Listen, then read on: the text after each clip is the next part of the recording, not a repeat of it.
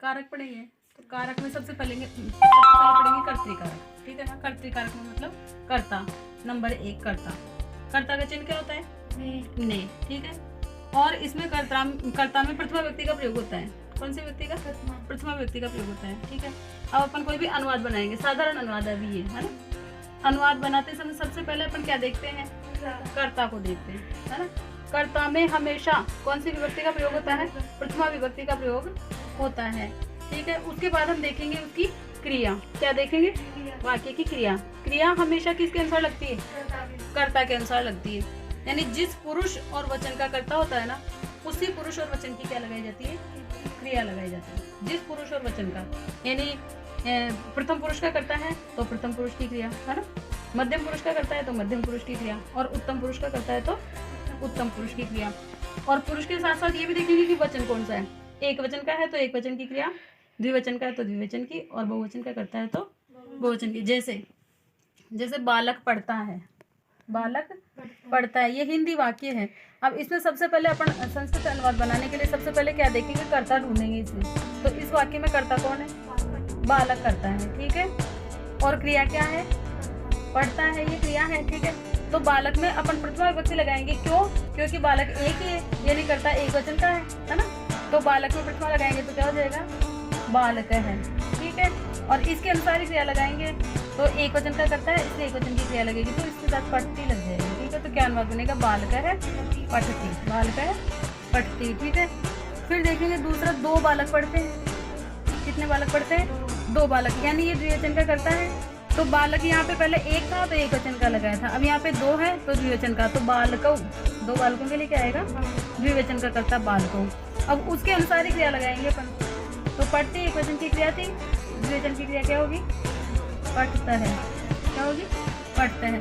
तो बालकौ पढ़ते हैं, यानी दो बालक पढ़ते हैं। फिर अलग से, जैसे तुम लोग कई बार गलतियां करते हो ना कि दो नाम सुनते ही कि दो बालक पढ़ते हो तो द्वि द्वौ ऐसे कुछ बोलने लग जाते हो, बोलते हो ना, तो फिर मैं मना करती हूँ कि नहीं मत बोला करो, ये सब अलग से लगाने की जरूरत ही नहीं है, क्योंकि दो के लिए ही बना है शब्द द्विवचन का, है ना।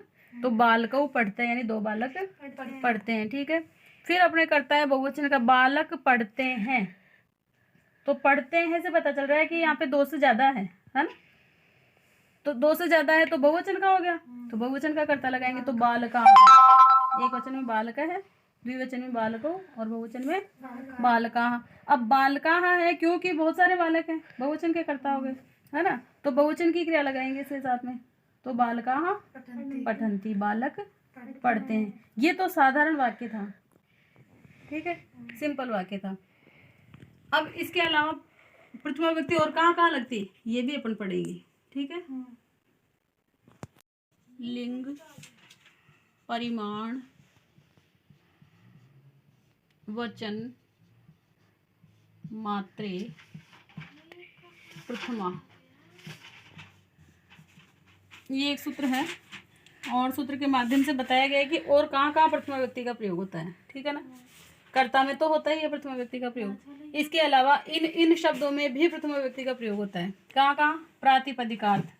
प्रातिपदिक का मतलब होता है वे शब्द जिनका कोई अर्थ निकलता हो, सार्थक शब्द, है ना, सार्थक शब्द। ये मैं लिख देती हूँ यहाँ पे, प्रातिपदिक। प्रातिपदिक यानी कि सार्थक शब्द। सार्थक शब्दों में प्रथमा व्यक्ति का प्रयोग होता है, ठीक है। अब सार्थक शब्दों में जैसे कि जिनका भी अर्थ निकलता हो सारे सार्थक शब्द होते हैं। जैसे राम, राम है ना, तो राम में प्रथमा लगाएंगे, राम हो जाएगा, ठीक है। बालक है तो बालक में प्रथमा लगाएंगे। क्यों लगा रहे हैं इनमें प्रथमा? क्योंकि ये क्या है? सार्थक शब्द है। जैसे अव्यय पद है, अव्यय पद जो है ना, थे ना मैंने तुमको, तो अव्यय भी सार्थक शब्द होते हैं, है ना। जैसे उच्चई, उच्चई का मतलब क्या होता है? जोर से या ऊंची आवाज में या तेज आवाज में।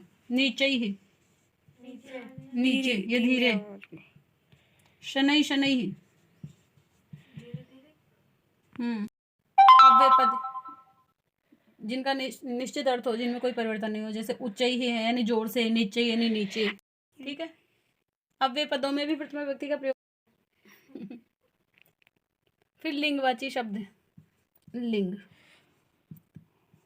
लिंगवाची शब्दों में भी जैसे पुल्लिंग, स्त्रीलिंग और नपुंसकलिंग 3 लिंग होते हैं ना। जैसे लिंगवाची शब्दों में जैसे तट है, ये तीनों लिंगों में चलता है। तट है, तटी, तटम, तो इनमें भी प्रथमा व्यक्ति का प्रयोग होता है। ठीक है। फिर परिमाणवाची शब्द, परिमाण, परिमाण का मतलब क्या होता है? मात्रा, परिमाण यानी मात्रा या नाप, है ना। तो मात्रावाची शब्द के लिए भी प्रथमा व्यक्ति का प्रयोग होता है। जैसे द्रोण है, व्रीहि, द्रोण है, व्रीहि कर लो या द्रोणो व्रीहि कर दो, प्रथमा व्यक्ति का प्रयोग हुआ है, व्रीहि। फिर वचन में भी प्रथमा व्यक्ति का प्रयोग होता है। वचन में भी प्रथमा व्यक्ति का, जैसे एक वचन,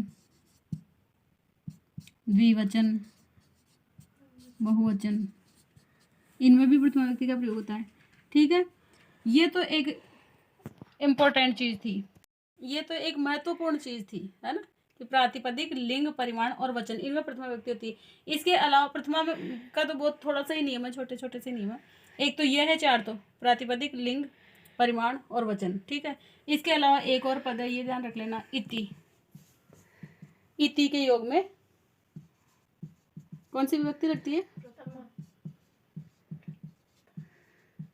प्रथमा विभक्ति का प्रयोग होता है। ठीक है ना, ये अलग से याद रख लेना। इति के योग में पूछा जा सकता है कि इति के योग में कौन सी विभक्ति का प्रयोग होता है, तो प्रथमा का प्रयोग होता है। ठीक है। ये तो अपना आज कंप्लीट हो गया। कौन सा? कर्ता कारक यानी प्रथमा विभक्ति का प्रयोग यहाँ होता है। ठीक है, रुको बता रही हूँ वैसे ही।